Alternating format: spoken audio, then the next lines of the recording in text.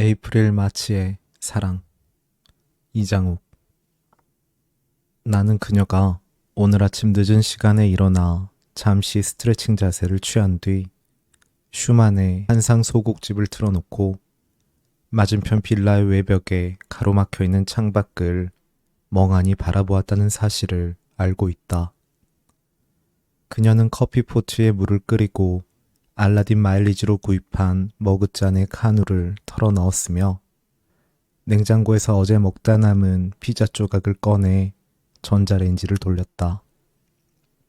편의점 샐러드 팩을 뜯어 피자와 함께 먹는 동안 주위는 조용했고 이런 순간에는 갑자기 인생이 정지해서 다시 시작되지 않아도 좋을 것 같다는 기분에 사로잡혔다. 그녀는 마커스 밀러로 음악을 바꾸고 볼륨을 높인 뒤에 내키는 대로 상체를 흔들어 보았지만 베이스 기타의 둔중한 비트 속에서도 어쩐지 깊은 물속 같은 느낌은 사라지지 않았다. 그녀는 이런 조울증적 기분 자체가 상투적이라고 느꼈으며 감정이 요동치는 것과 무관하게 오늘도 어제와 같이 아무 일도 일어나지 않은 채 흘러갈 것이라는 예감이 들었다. 하루 종일 아무에게도 전화가 걸려오지 않을 것이고 스팸을 빼면 아무런 메일도 도착하지 않을 것이며 그녀에게 카톡 같은 것을 보내 대화를 청하는 사람도 없을 것이다. 인터넷 개설을 권유하는 전화에는 깍듯하고 공손하게 관련 내용을 확인한 뒤에 미안하지만 집에서 이미 쓰고 있는 인터넷 서비스가 나쁘지 않아서 바꿀 필요가 없을 것 같다는 의사를 밝히고 수고하시라는 인사까지 정중하게 건네며 통화를 마칠 것이다. 그런 뒤에는 아니 에르노의 소설을 읽다가 인터넷 서핑을 하다가 다시 아니 에르노의 소설을 읽다가 이런 연애담이라면 한 달에 한 권씩은 쓸 수 있겠다는 생각을 하겠지만 나는 내가 결코 그렇게 하지 못하리라는 것을 잘 알고 있지.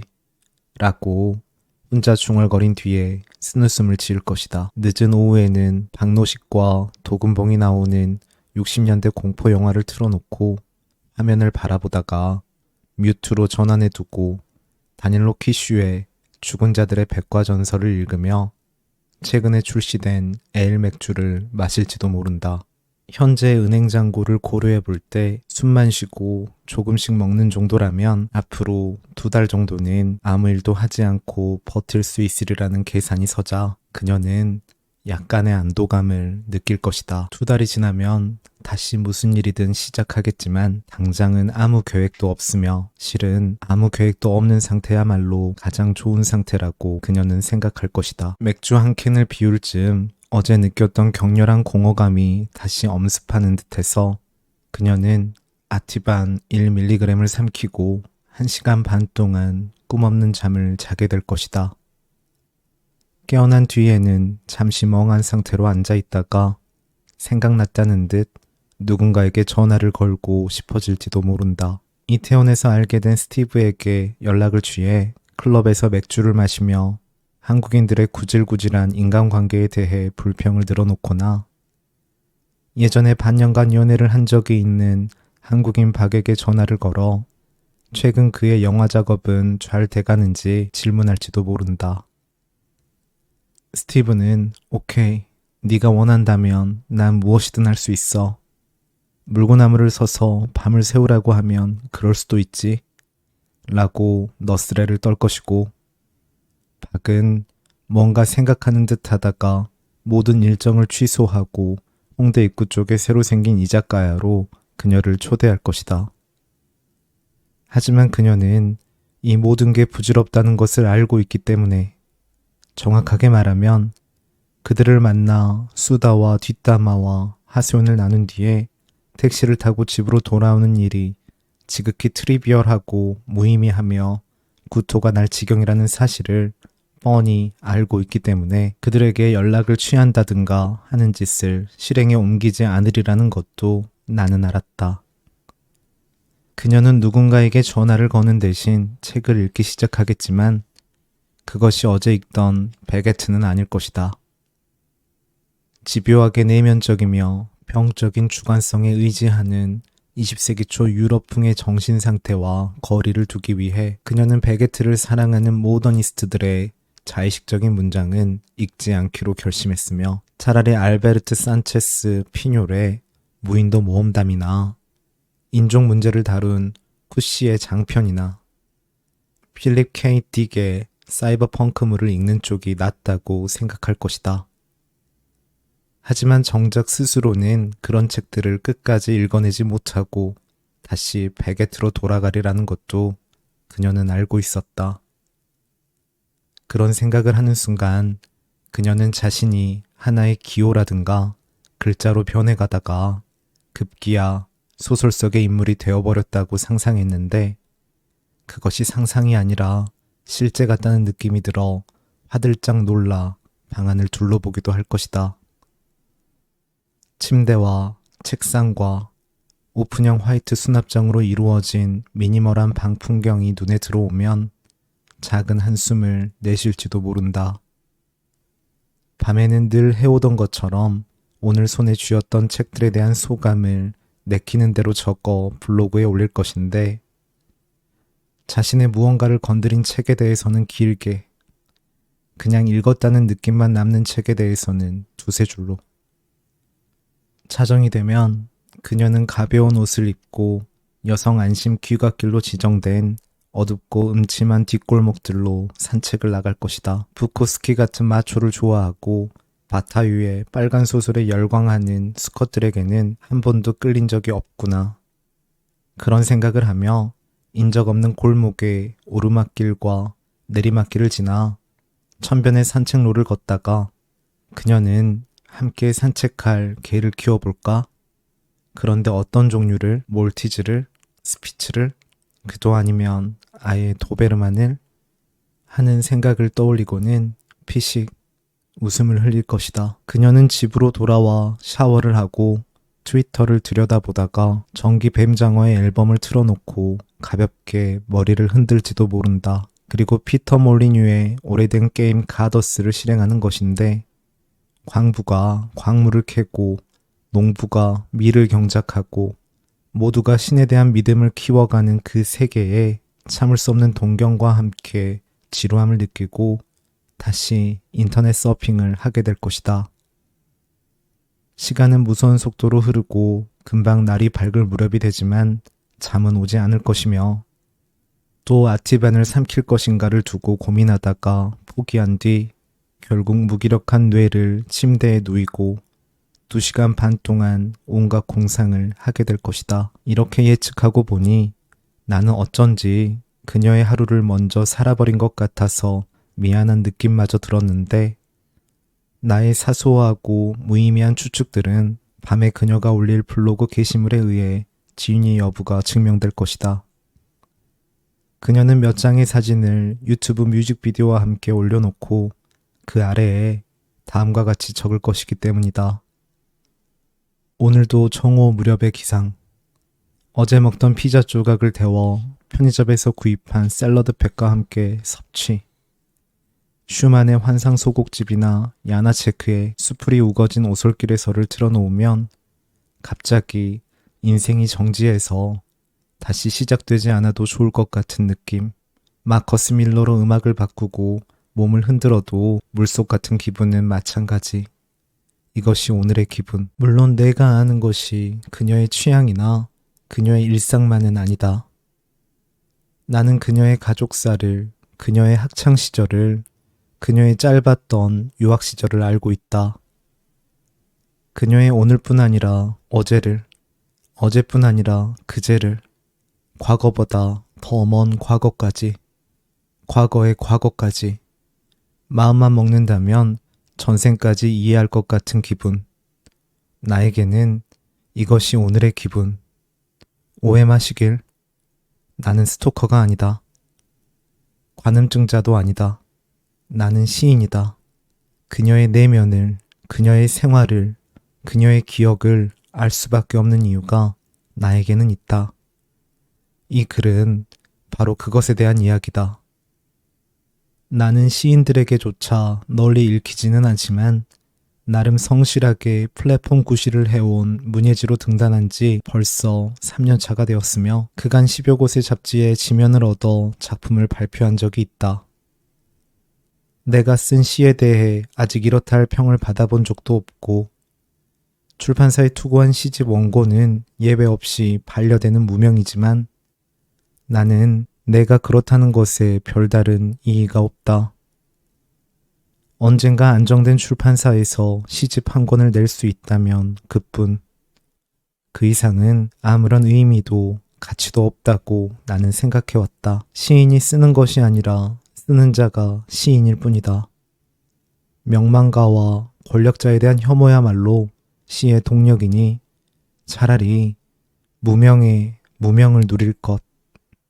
그것으로서 시인의 삶을 살아낼 것. 누군가에게는 유치하게 느껴질지도 모르지만 내가 가진 최소한의 자존심은 그런 것이다.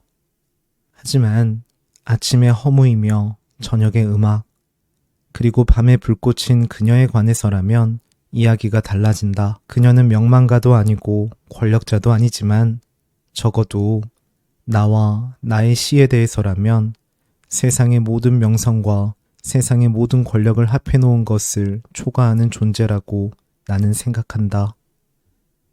어떻게 그렇게 되었을까? 왜 그렇게 되었는가? 그 내력을 설명하기 위해서는 그녀가 블로그에 업로드한 게시물 가운데 나의 시가 있었다는 사실을 먼저 언급해야겠다. 그것이 나와 그녀의 첫 만남이었으며 내가 그녀를 발견한 최초의 사건이었으니 말이다. 외롭고 쓸쓸하던 어느 밤 나는 게임을 하기에도 지쳐 인터넷 검색창에 내 이름을 넣어보았다. 쓸모없는 허영이라는 건 알고 있다. 나는 온라인에 독자들의 평이나 반응 같은 것이 올라올 만큼 유명한 시인도 아니고 무엇보다 독자들이나 평론가들의 평판 같은 것에는 별반 관심이 없는 인간에 속한다. 남들의 평가에 일희일비하느니 차라리 랄리푸나의 일렉트릭 사운드를 귀에 꽂고 시간을 죽이는 편이 훨씬 흥미롭다고 생각하는 인간이다. 하지만 무료하고 가난하고 외로울 때 인간은 무료하고 가난하고 외로운 일을 하는 법이다. 좋아요 수가 늘어나고 팔로우 수가 늘어나는 것이 우리의 삶을 보증해 줄 리 없건만 또 그것이 아니라면 다른 무엇이 우리의 빈곤한 삶에 의미를 부여해 줄 수 있다는 말인가? 가족이? 가문이? 학벌이? 국가가? 그럴 리가. 독자들이 업로드한 나의 시가 검색 화면에 뜨는 경우는 거의 없다. 아직 시집 한 권 낸 적이 없으니 당연한 일이다. 그런데 뜻밖에도 내 시가 게시된 포스트가 눈에 띄었으니 바로 그녀의 블로그였다. 나는 곧바로 클릭해서 그녀가 옮겨 적은 내 시를 읽었다. 제목은 리듬은 나의 것. 리듬을 타고 흘러가는 내 삶의 모든 것, 당신 삶의 모든 것, 우리 모두의 삶에 가까운 바로 그것. 흐릿하게 피아노가 보이는 사진이 시의 배경에 떠 있었다. 음악은 야나체크의 수풀이 우거진 오솔길에서, 시 뒤에는 그녀의 짧은 감상을 달아놓았다. 맨해튼 미드타운. 내 청춘의 어두운 시절을 보낸 그 좁고 낡은 아파트먼트에 쪽창으로 떨어지는 낙엽의 궤적을 이해할 수 있는 것만큼이나 나는 이 시의 어휘 하나하나를, 조사 하나하나를 느낄 수 있을 듯한 기분, 마치 이 시가 쓰이기 이전에 이미 이 시를 알고 있던 것처럼 모든 문장들을 한 올 한 올 이해할 것 같은 느낌. 지금은 그것만이 나의 리듬. 지금은 그것만이 나의 슬픔. 나는 군말 없이 감동했다. 나의 시가 누군가의 삶에 이렇게 인용될 수도 있다니. 내 고독한 문장에 반응하는 이토록 개인적이며 내밀한 감각이 세상에 존재하다니. 말하자면 그녀는 내게 최초의 독자의 다름 아니었고 그녀의 글은 내게 최초의 독후감이라 할 만했다. 게다가 그 독후감은 나의 시보다 오히려 매력적으로 느껴졌다. 나는 그녀의 블로그를 훑어보기 시작했다. 예민한 감각을 가진 블로거답게 흥미로운 게시물이 많았다. 한두 개의 꼭지에 관심이 간 것이 아니었다. 조금 과장해서 말하자면 그녀가 적어놓은 모든 문장들이, 그녀가 올려놓은 모든 음악들과 이미지들이, 그녀가 살아가는 사소한 일상의 세목들 하나하나가 나의 무언가를 건드렸다. 새로 나온 엘 맥주 캔을 손에 들고 나는 그녀가 올린 최초의 게시물부터 최근의 게시물까지를 차근차근 읽어갔다. 새벽이 깊어가고 취기가 혈관에 퍼져가면서 나는 서서히 깨닫게 되었다. 그녀와 내가 아주 깊고 은밀한 운명으로 연결되어 있다는 것을. 우주의 어둠 이편과 저편에 떨어져 있으나 수십 광년을 지나온 희미한 별빛으로 이어진 외로운 별들이라는 것을. 그저 내 시를 인용했기 때문에 하는 말이 아니다. 그녀가 좋아하는 음악, 그녀가 좋아하는 영화, 그녀의 마음을 움직인 어느 저녁의 하늘빛, 심지어 그녀가 취하는 리버럴 투교의 정치적 포지션까지. 그 모든 것들이 놀라울 만큼 나와 유사했던 것이다. 단지 비슷하다고 말하는 것만으로는 부족하다. 그녀의 삶을 구성하는 모듈들은 나의 우주를 구성하는 모듈들과 거의 동일해서 마치 평행 우주처럼 서로가 서로를 비추고 있는 것처럼 느껴졌다. 집에 남아있는 마지막 맥주캔을 손에 들었을 때는 꽤 깊이 취한 뒤였다. 그녀가 올린 게시물들을 읽어가는 동안 나는 그녀의 얼굴을, 그녀의 이목구비를, 그녀의 뒷모습을 보고 싶었다. 하지만 그녀가 블로그에 걸어놓은 것은 아주 희미한 실루엣의 프로필뿐이었다. 그 이미지만으로는 그녀가 어떻게 생겼는지, 키가 큰지 작은지, 헤어스타일이 어떤지 짐작할 수 없었다. 사실은 남자인지 여자인지조차 단정적으로 말하기 어려웠다. 그 모호한 음영만으로도 나는 알 것 같았다. 그녀가 거리를 걸을 때 주위를 두리번거리지 않으리라는 것을, 어느 식당에든 혼자 들어가 식사하는 것을 꺼리지 않으리라는 것을, 태생적으로 우울증 기질에 속하여 결국 낮보다 밤의 시간에 지배되는 인간이라는 것을 나는 직감할 수 있었다. 그녀는 간간히 사진을 올리기도 했지만 다른 블로그들과는 무언가 달랐다. 디테일이 사라진 원경의 실루엣, 접사로 찍은 극단적인 클로즈업, 몸의 일부를 찍어 확대한 컷, 그녀의 방 바깥에 펼쳐져 있는 어디에나 있고 어디에도 없는 도시 풍경들. 셀카 같은 것은 없었다. 그녀는 자신의 얼굴이나 주소 또는 전화번호 같은 정보가 노출되지 않도록 세심하게 유의하고 있다는 인상을 주었다. 대신 일상을 드러내는 데는 별다른 경계심이 없어 보였다. 고유명사를 이니셜로 표기하는 것만으로도 프라이버시 유출을 막을 수 있다고 생각하는 것 같았다. 그녀의 가족은 K시에 살고 있지만 그 K시가 어디인지는 알 수 없었다. 가족 구성원으로는 A, B, C가 있는데 A는 전직 공무원으로 갱년기의 호르몬 변화를 감당하지 못해 자주 감상적인 표정을 짓다가 급기야 울음을 터뜨리는 아버지. B는 현직 공인중개사로 늦게 배운 담배를 친구 삼아 밤마다 술잔을 기울이는 어머니. C는 중국에 유학을 간 뒤 언제나 송금 문제로만 연락을 하는 동생인 것 같았다. 그녀의 부모는 혼자 서울에 올라가 있는 딸을 걱정하는 듯 하지만 중국 유학 중인 아들에게 대부분의 돈을 보낸 탓에 가정경제가 어렵다는 점을 그녀에게 여러 차례 주지시켰다. 그녀 역시 돈 같은 것은 자신이 알아서 할 테니 신경 쓰지 않아도 좋으며 가정사에 별반 관심을 갖지 못하더라도 그러려니 여겨달라고 선언한 적이 있다. 그녀는 초등학생 때 한 번, 대학생 때 한 번 성추행을 당한 적이 있는데 초등학생 때는 교사의 성희롱 발언이었으며 대학생 때는 동아리 선배에 의한 추행 시도였다. 둘 다 시도에 그쳤지만 지금도 그녀는 그들의 꿈에 출몰해 매번 성기를 잘라내고 있는 중이라고 농담조로 적었다. 물론 그녀 자신은 그런 종류의 경험 때문에 정신적 상처를 받거나 하지는 않았는데 트라우마 따위로 현재를 규정하려는 프로이트식 접근에는 헛웃음밖에 안 나온다는 게 그녀의 지론이었다.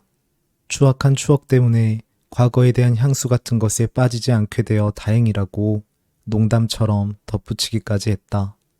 아니, 그것은 농담이 아니었을지도 모르는데 사실 그녀가 적는 모든 문장은 허술한 농담 같으면서도 동시에 농담일 수 없을 만큼 정교하기도 했다. 우리의 존재 자체가 이 세상의 농담이기도 하고 아니기도 한 것과 비슷한 것이라고 나는 생각했다. 그녀는 미국으로 이민 간 외숙의 도움에 은행 대출을 더해 미국 유학을 결행한 적이 있지만 2년 반 만에 모든 것을 포기하고 귀국했다. 맨해튼 미드타운 이스트의 뒷골목에서 보낸 유학 시절을 그녀가 그리워하는가 하면 꼭 그렇지는 않았다. 힙한 뉴요커 흉내를 내려면 커트 보니것이나 앤디 워홀에 대해 냉소적인 의견을 피력하고 코맥 메카시나 뱅크시에 대해 호의적인 의견을 제시하는 것만으로도 충분했다고 그녀는 적었다. 사실은 커트 보니것의 유머와 앤디 워홀의 유희에 대해 자신은 전혀 다른 생각을 갖고 있으며 심지어 그들을 사랑하기까지 한다고 그녀는 덧붙였다. 그녀가 게시물을 업로드하지 않은 날이면 나는 쉽게 초조해지곤 했다. 하루에도 몇 번씩 그녀의 블로그를 방문해 상황을 체크했으며 심지어는 그녀가 체류하거나 여행한 지역을 구글맵으로 검색하기까지 했다. 스트리트 뷰를 통해 그녀가 살았을 만한 미드타운 이스트의 뒷골목 풍경을 일별했으며 그 거리에 떨어지는 낙엽의 궤적을 상상했으며 그 거리에서 그녀가 읽고 들은 책과 앨범들을 하나하나 섭렵했다. 나는 그녀가 곧 일본 여행을 계획하고 있다는 것을 알았고 일본에서는 도쿄보다 교토를 좋아하며 교토에서는 금각사보다 은각사를 좋아하지만 실은 금각사, 은각사 같은 명승지에 관심을 갖는 유형이 아니라는 것을 알았다. 그녀는 주로 대학원생들이 모이는 소규모 인문학 사이트에서 농객으로 활동한 적이 있지만 멤버들의 은밀한 자기과시와 노골적인 영역 독점 욕구에 질려버린 뒤로는 한국에서 그런 종류의 삶은 살지 않겠다고 결심한 적이 있었다. 그녀는 특히 잠에서 깨어났을 때 극심한 외로움에 시달리지만 바로 그 외로움을 삶의 어떤 요소들보다 사랑하며 그 외로움을 지키기 위해서라면 무엇이든 희생할 준비가 되어 있다는 사실을 나는 알았다. 하지만 밤은 또 달랐는데 밤에는 외로움 같은 것은 전혀 없이 엔도르핀이 도는 대로 닥치는 대로 음악을 듣고 혼자 술을 마시고 인터넷 서핑을 하고 게임을 하며 심지어 브라질리언 댄스를 추기도 했다. 그녀는 미국에 체류할 때 브라질리언 댄스를 배운 적이 있으며 그때 함께 춤을 추던 히스패닉과 짧은 동거를 하기까지 했다. 지금은 브라질리언 댄스는커녕 유치원의 영어 담당 강사 일과 교회에서 운영하는 여름 영어 성경 캠프의 임시교사 일로 생계를 꾸려가고 있었다. 그 일들은 그녀에게 별다른 보람도 즐거움도 주지 못했지만 생계를 위한 일이란 그저 생계를 위한 일일 뿐이므로 애초에 별다른 기대가 없었노라고 그녀는 적었다. 물론 나는 영어를 거의 못하고 맨해튼은커녕 방콕 같은 곳조차 가본 적이 없으며 브라질리언 댄스가 무엇인지도 알지 못한다. 하지만 그녀에 대해 내가 느끼는 동질감은 넓고 깊어서 그녀가 내일 어떤 시간을 보낼 것인지, 어떤 음악을 들을 것인지, 또 어떤 감정 속에서 하루를 보낼 것인지를 마치 나 자신인 듯 이해할 수 있을 것 같았다. 그녀를 그녀 자신보다 더 잘 알고 있는 듯한 착각에 빠져든 것이지만 이 모든 것이 그녀에 대한 나의 일방적인 사랑이라고 단정해버리기는 어려울 것이다. 그녀 역시 나와 비슷한 느낌을 갖고 있다고 확신할 근거는 많았다. 가령 내가 홀로 심야 영화를 본 뒤 격렬한 감정을 느끼며 귀가한 날에는 우연찮게도 그녀가 바로 그 영화에 대해 차분하면서도 날카로운 코멘트를 올리곤 했다. 내가 어느 인디밴드의 신작 앨범에 매료되어 하루 종일 이어폰을 끼고 있는 날이면 기묘하게도 그녀의 블로그에는 내가 듣던 곡이 담긴 유튜브 동영상이 링크되어 있곤 했다. 그뿐인가? 그녀가 북촌이나 서촌의 어느 뒷골목을 산책하고 돌아왔노라고 적은 날에는 놀랍게도 북촌이나 서촌의 술집에서 옛 친구가 나를 호출하기까지 했던 것이다. 이 모든 것들은 그녀와 내가 운명적으로 연결되어 있다는 착시를 불러일으켰다. 하지만 그것이 다만 착시였을까? 그녀에 대한 나의 감정이 일방적이지 않다는 명백한 증거는 따로 있다. 그녀는 내가 시를 발표할 때마다 그 시들을 하나하나 블로그에 업로드했던 것이다. 그녀는 자신의 블로그에 내 작품을 소개하면서 예의 그 짧지만 감성적인 코멘트를 덧붙였다. 그때마다 내가 그녀의 문장에 매료되었다는 것을, 그녀에 대한 나의 사랑을 재확인했다는 것을 다시 언급할 필요가 있을까? 물론 그녀가 옮겨 적은 나의 시에는 여느 독자가 올리는 것과 마찬가지로 오타가 있었고, 어떤 경우에는 한 행이나 한 연이 통째로 빠져 있기까지 했다. 하지만 내게 그런 것은 아무런 문제도 되지 않았다. 아마도 그때 나는 이미 나 자신의 시보다 그녀가 덧붙인 문장들을 사랑하고 있었는지도 모르겠다. 그러니 오타가 있든 없든 한 행이 빠져 있든 말든 내 시 따위는 어떻게 되든 상관없다는 심정이 되곤 했다. 놀라운 것은 그녀가 올린 시의 오타나 부분 누락이 아주 정교했다는 점이다. 게시물에 오타가 있고 시가 잘못 옮겨져 있더라도 그녀가 그렇게 한 데는 왠지 그럴 만한 이유가 있다는 느낌을 주었다. 그녀가 탁월한 감각을 지닌 독자라는 점에는 의심의 여지가 없었으니 한 행이나 한 연이 통째로 빠져있는 나의 작품을 다시 읽으면서 나는 어쩐지 그 행이나 연이 없어도 될 것 같은 느낌을 받았으며 심지어 그 행이나 연은 차라리 없는 편이 낫지 않은가 하는 생각까지 하게 되었던 것이다. 그러니 그녀와 내가 서로 감흥하고 있다는 것을, 서로가 서로를 깊이 느끼고 있다는 것을, 그것이 말하자면 시면의 하모니와 비슷한 것이라는 사실을 내가 어찌 부정할 수 있으랴. 나와 그녀의 이 내밀한 관계에 변화의 조짐이 보인 것은 얼마간의 시간이 지난 뒤였다. 그날도 나는 즐겨찾기를 통해 그녀의 블로그를 방문했는데 마침 그녀가 오랜만에 내 시를 업로드한 것이 눈에 띄었다. 제목은 맨드라미의 전송으로 배경화면에는 롱아일랜드의 해변이 펼쳐져 있었고 슈만의 환상 소곡집이 문장 사이사이를 흐르고 있었다. 나는 그녀가 올린 나의 시를 탐닉하듯 읽었다. 그것이 내가 쓴 원래의 시와 미묘하게 다르다는 것을 깨닫는 데는 그리 오랜 시간이 걸리지 않았다. 그것도 평소와 같은 단순 오타나 부분 누락이 아니라는 것을 나는 직감으로 알 수 있었다. 그녀가 옮겨 적은 나의 시에는 조사 몇 개가 바뀌어 있었는데 바뀐 조사들은 시의 의미나 분위기를 다른 각도로 변주하고 있었다. 어떤 동사는 비슷한 형태지만 뉘앙스가 다른 동사로 바뀌어 있었으며 그것은 아주 미세하고 섬세한 변화였기 때문에 애써 유의하지 않으면 알 수 없을 정도였다. 예컨대 가을날의 맨드라미는 제로나 무한 가운데 특히 우체국을 닮았다네 라는 나의 문장은 가을의 맨드라미는 제로와 무한 가운데 특히 우체국을 닮아갔네 로 변주되어 있었다. 제3자가 본다면 원래 내 시와 그녀가 올린 시를 동일한 것으로 인지했을지도 몰랐다. 하지만 나는 직감으로 알 수 있었다. 이것은 단순한 오타가 아니다. 이것은 단순한 누락이 아니다. 이것은 단순한 나의 시가 아니다. 이것은 그녀의 호흡과 감각이 스며들어 있는 나의 시다. 나는 그렇게 생각했다. 바보같이 들릴지도 모르지만 원래의 내 시보다 그녀가 옮겨 적은 내 시에 더 호감을 느꼈다는 사실은 적어두어야겠다.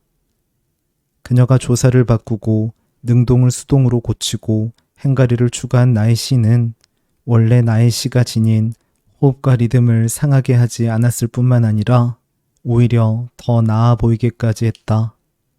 어떤 부분에서는 더 부드럽고 유려하며 풍부한 느낌을 주었으며 어떤 부분에서는 더 거칠되 유니크하고 도발적인 느낌까지 만들어냈다.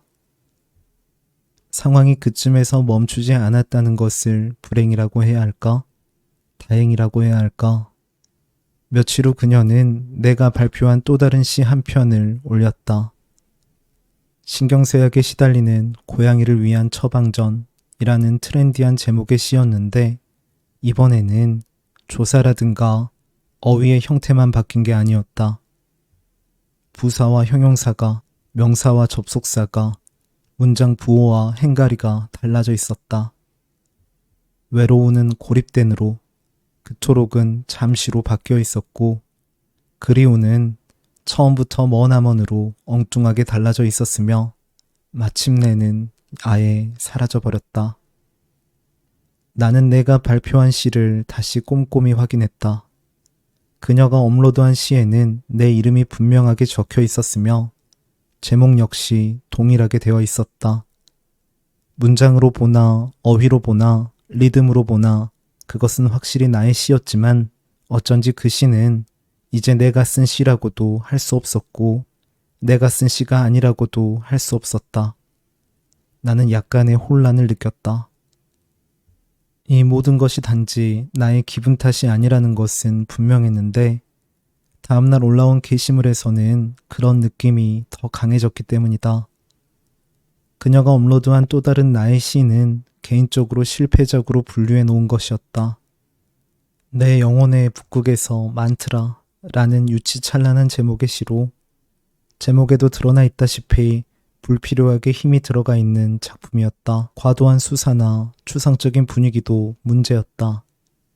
하지만 그 시에는 내 청춘의 비극과 희극이, 고난과 고뇌가, 희망과 희망 없음이 담겨 있었으므로 무슨 문학적 성취니 완성도니 하는 것 따위는 아무래도 좋다고 나는 생각하고 있었다. 그녀가 올린 작품 역시 내 영혼의 북극에서 만트라 라는 제목으로 되어 있었다.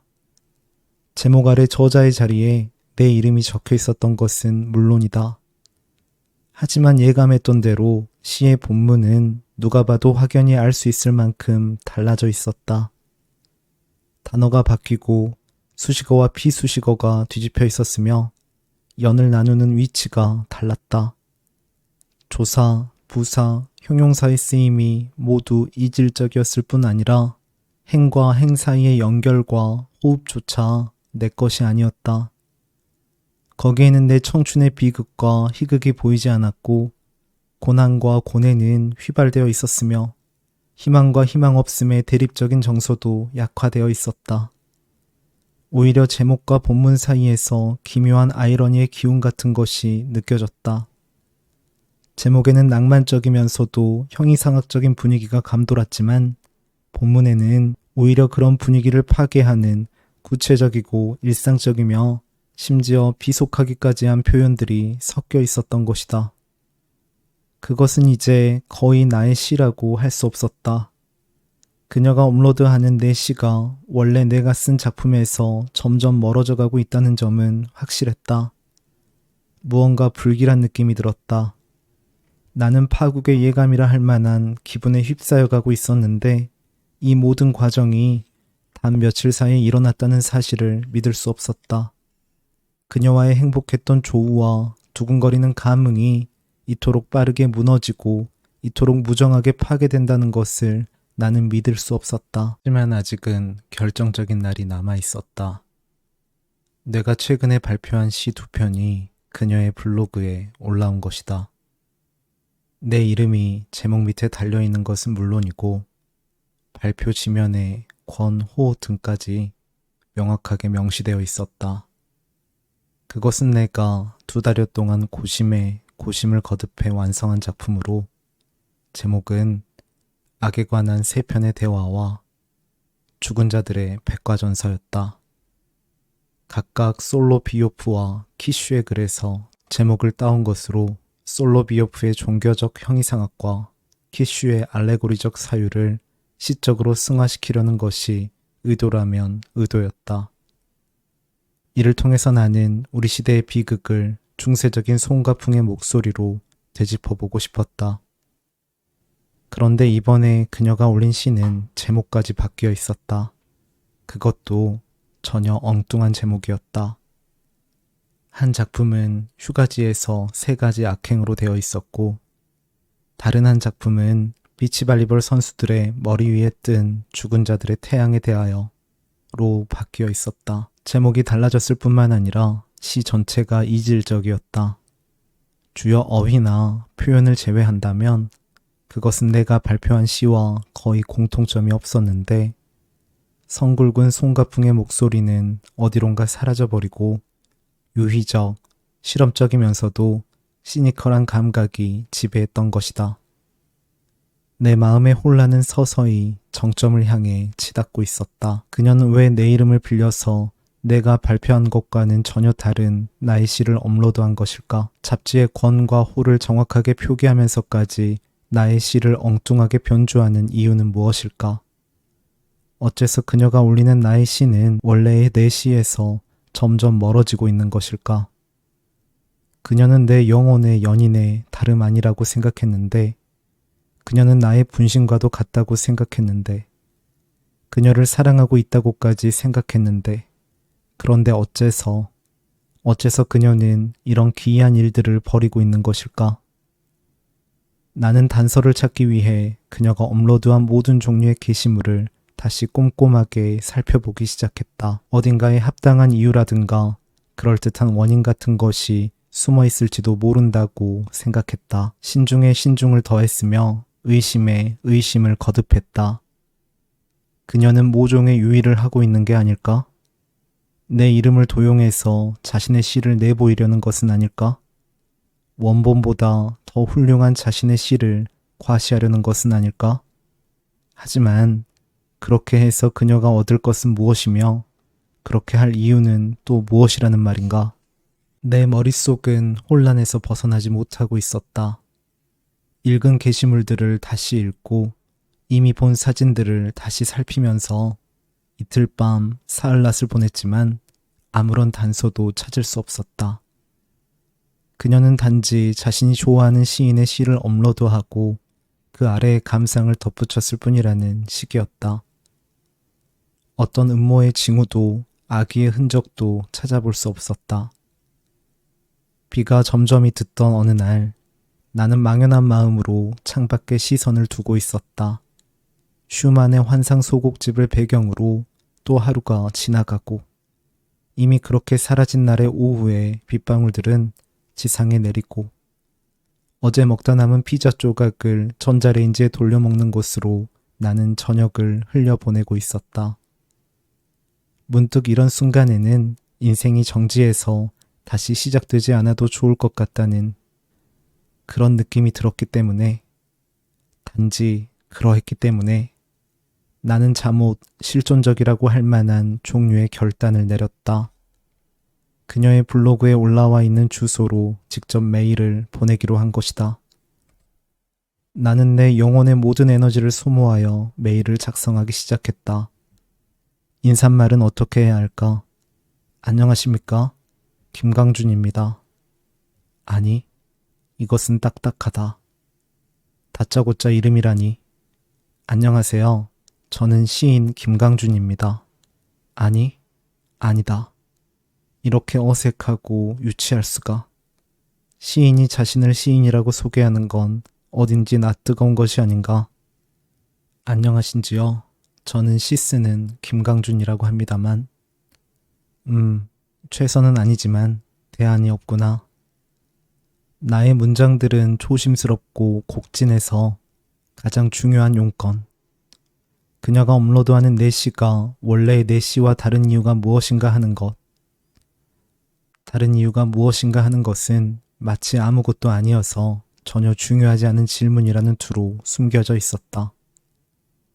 마치 그녀의 흥미로운 문학적 실험에 내가 무슨 도움이 될 수는 없을까 문의하는 뉘앙스였다. 나는 내가 작성한 메일에서 뭔가 역겨움을 느꼈지만 그녀에 대한 나의 사랑은 이 위선적인 메일을 그대로 발송하도록 방치했다. 답장은 없었다. 메일 주소가 잘못된 건 아닐까 다시 확인했다. 어쩌면 그녀가 사용하지 않는 주소인지도 모르고 아니면 내가 보낸 메일이 스팸 메일함으로 직행했을지도 혹시 모른다. 수신 확인란에는 읽었다는 표시도 뜨지 않았지만 그것만으로는 그녀가 메일을 보았는지 보지 않았는지 단정할 수 없었다. 나는 그녀에게 동일한 메일을 다시 보냈는데 이번에는 답장이 없으셔서 다시 보냅니다. 라는 문구를 첫 줄에 넣는 세심함까지 발휘했다. 이틀을 더 기다렸으나 역시 아무런 반응이 없었다. 답장 대신 이라고 말하면 이상하지만 그녀는 블로그에 또 다른 내 시를 업로드했다. 나는 기묘한 흥분 상태로 불안인지 걱정인지 기대감인지 아니면 적의인지 알 수 없는 이상한 흥분 상태로 그녀가 올린 게시물을 클릭했다. 익숙한 배경화면과 익숙한 음악이 흐르기 시작했다. 언제나처럼 내 이름이 저자의 자리에 적혀 있는 것은 물론이었으며 시 아래에는 제가 좋아하는 김강준 시인의 시입니다. 여러 편을 포스팅한 시인이니 이제 낯이 익으시지요? 라는 짧은 멘트까지 덧붙어 있었다. 놀랍게도 그것은 내가 전혀 발표한 적이 없는 시였다. 제목은 물론 본문도 내가 쓴 적이 없는 것이었다. 출처도 날짜도 명기되어 있지 않았다. 나는 그녀가 업로드한 시를 꼼꼼히 살펴보았다. 전체적인 호흡이나 리듬, 행가리, 그리고 몇몇 언어 습관 등에서 어딘지 내 시와 비슷한 점이 있긴 했지만 이것은 내가 쓰지 않은 문장과 표현으로 가득한 내가 쓰지 않은 작품이 확실했다. 나 자신도 기억하지 못하는 오래전 습작이 유출된 것인가 하고 의심해 보았지만 그렇게 판단할 근거는 없었다. 습작이든 아니든 내가 쓰지 않은 것을 내가 썼다고 할 수는 없는 노릇이었으니까. 누군가 다른 시인이 쓴 것을 내 시로 착각하고 있구나. 나는 그렇게 생각해 보았다. 타당한 추측이었다. 인간은 착각하는 존재다. 우리의 감각이나 판단에는 오차라든가 버그 같은 것이 있는 법이어서 어떤 확신도 어떤 믿음도 오류와 에러의 가능성에서 자유로울 수 없다.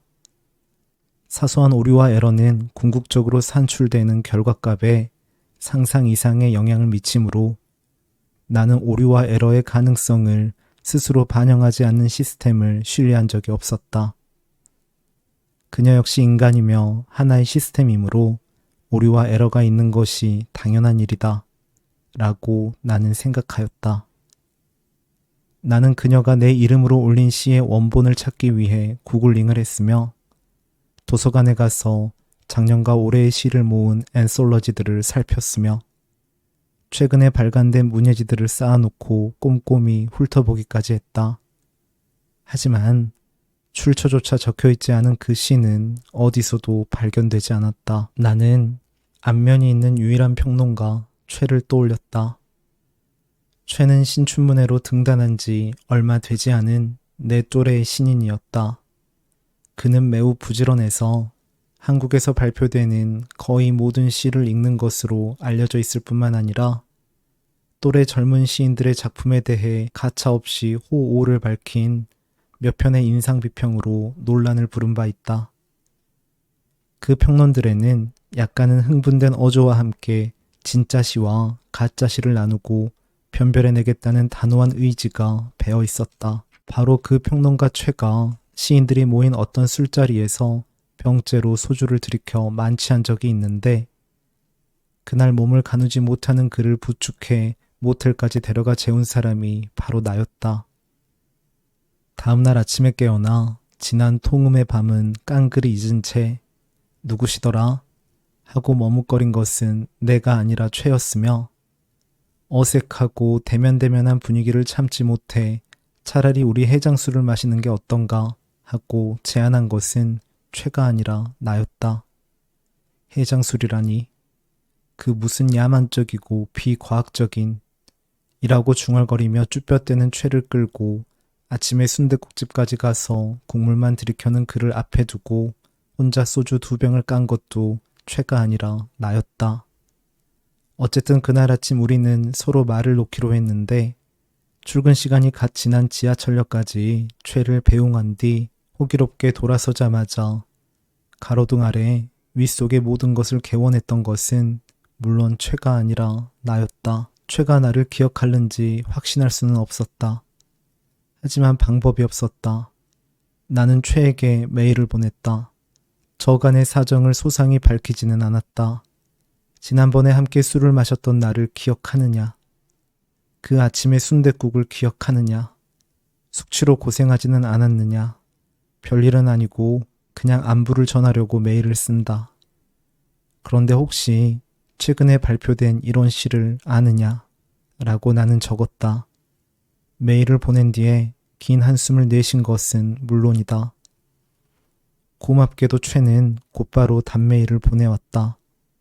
10년은 동고동락한 사이처럼 친근한 어조였다. 뭐야 이거? 신작시구나. 딱 봐도 당신 시네. 당신 시를 왜 누구시냐고 묻는 건데 시 잘 써진다고 자랑하는 건가? 그런데 이만하면 자랑해도 괜찮겠다. 그는 키읔키읔키읔과 함께 몇 개의 이모티콘을 연달아 이어붙인 뒤 결론을 내리듯 이렇게 적었다. 호호를 단호하게 밝히기로 악명 높은 평론가다웠다. 이 시 좋다. 지금까지 발표한 당신 시들보다 훨씬 나음. 최의 코멘트가 당혹스러웠다거나 불쾌했다는 것은 아니다. 확실히 평론가 최에게 보낸 시, 그녀가 업로드한 내가 쓴 적이 없는 나의 시는 내 전작들의 연장선상에 있었다. 만연체의 문장과 형이상학적인 분위기를 비롯해서 과거형 어미를 즐겨 사용하는 등 유사점이 없지 않았다.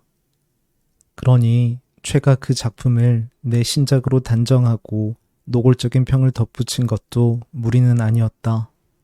중요한 점은 다른 데 있었다. 최의 말대로 그리고 나 자신이 인정한 바대로 그 작품은 예전의 내 작품들보다 매혹적이었던 것이다. 그녀의 블로그에는 새로운 시가 계속 올라왔다. 내 이름을 저자로 표기한 그 작품들을 내가 쓴 적이 없음은 물론이었다. 어느 날 업로드된 나의 시는 처연하면서도 경쾌한 정서로 충만해 있었으며 또 어느 날 올라온 나의 시는 영혼의 깊은 상처와 함께 의미의 절묘한 소실점들을 품고 있었다. 그리고 가을이 깊어가던 어느 날 그녀가 올린 나의 시는 소멸해가는 것들에 대한 애정을 차갑고 냉정한 몇 개의 문장만으로 포착해내고 있었다. 그의 시들은 삶의 공허와 세계의 피폐와 영혼의 무서운 침묵을 그것들의 가장 가까운 곳에서 자각한 자의 것이었다. 점점 더 넓고 깊고 다양해지는 나의 시 세계를 나는 목도하고 있었다. 나는 그녀의 블로그에 올라오는 나의 시들을 한글 파일에 저장해두고 하나하나 곱씹어 보았다. 그 가운데는 내가 가보고 싶었으나 가보지 못한 이국의 뒷골목을 배경으로 한 시도 있었고 내가 써보고 싶었으나 써보지 못한 극단적인 비속어들과 언더그라운드의 방언들을 자유롭게 활용한 시도 있었으며 내가 다루고 싶었으나 다룰 수 없었던 정치적인 이슈를 공공연하게 드러낸 작품도 있었다.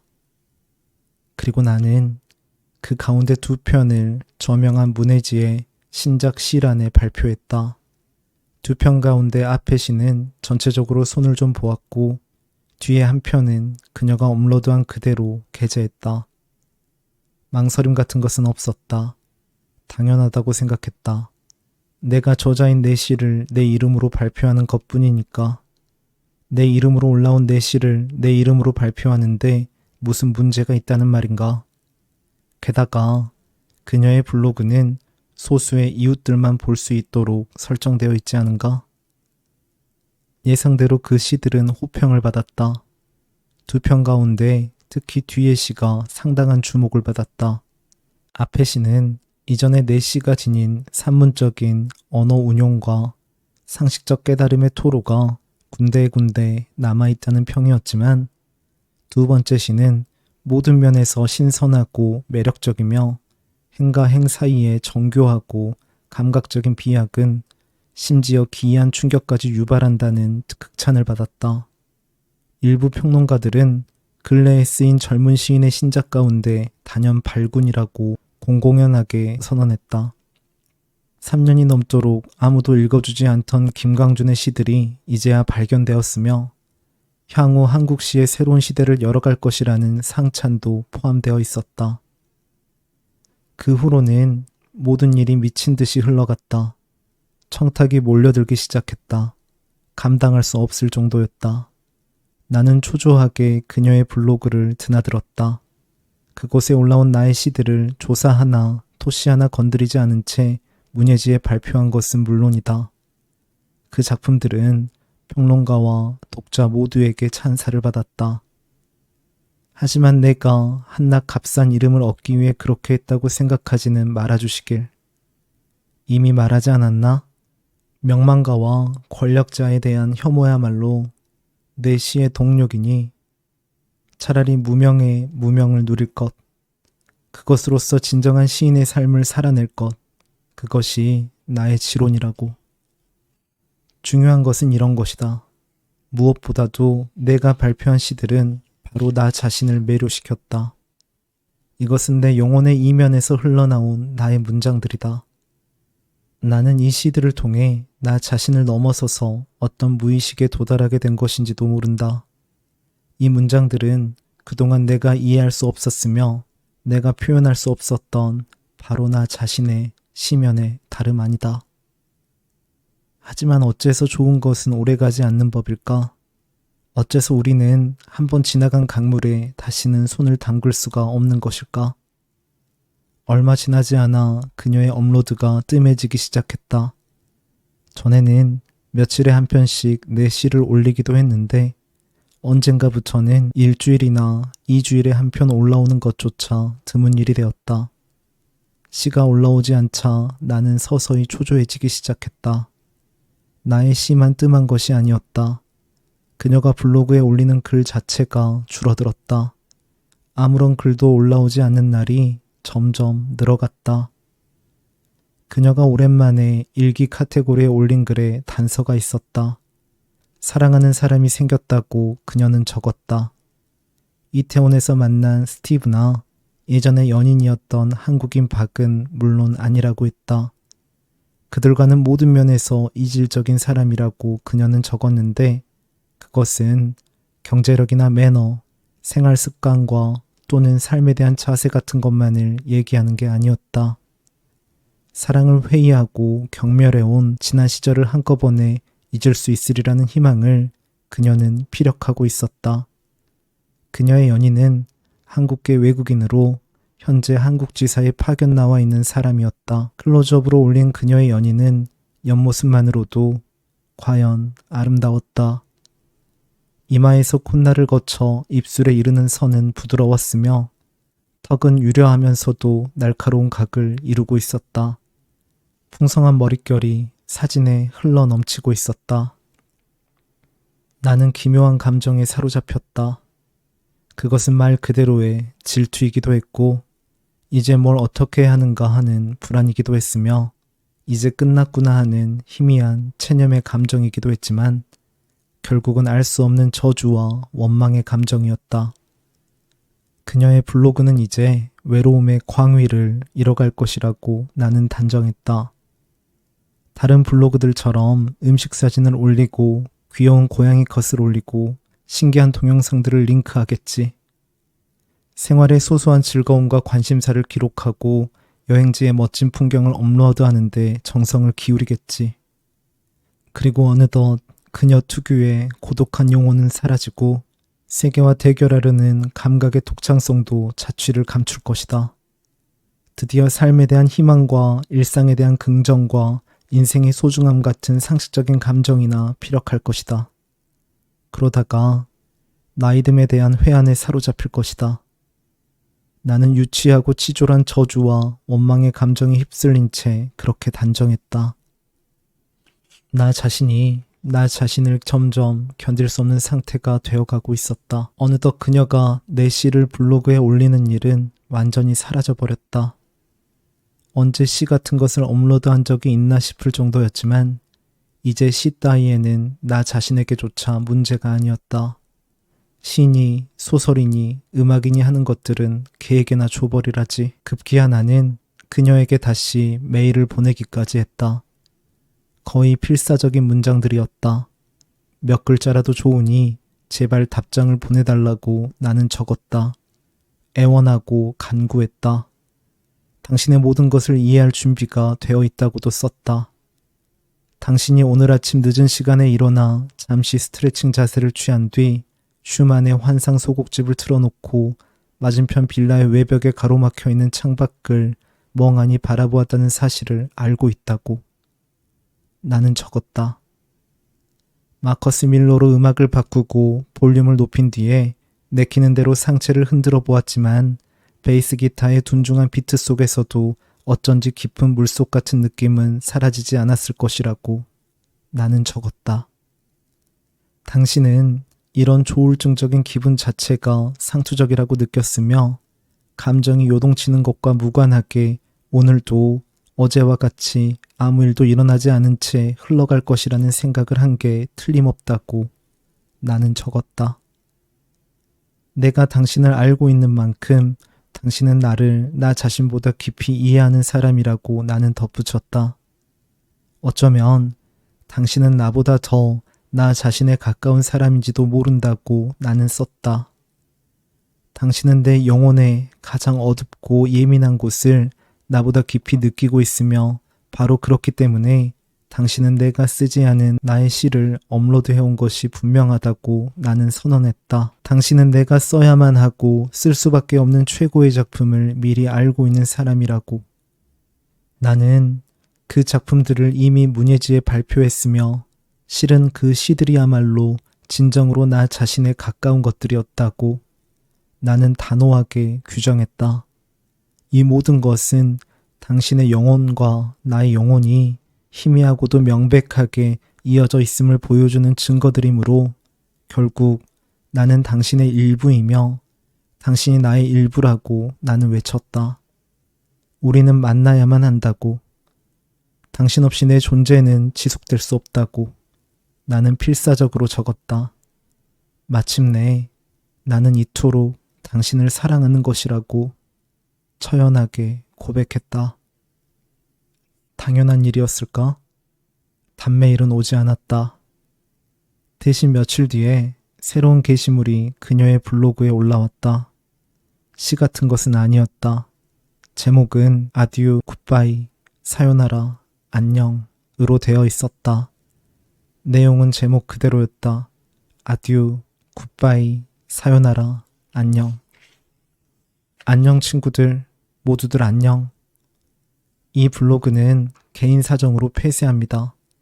개인 사정이라고 해서 별일은 아니에요.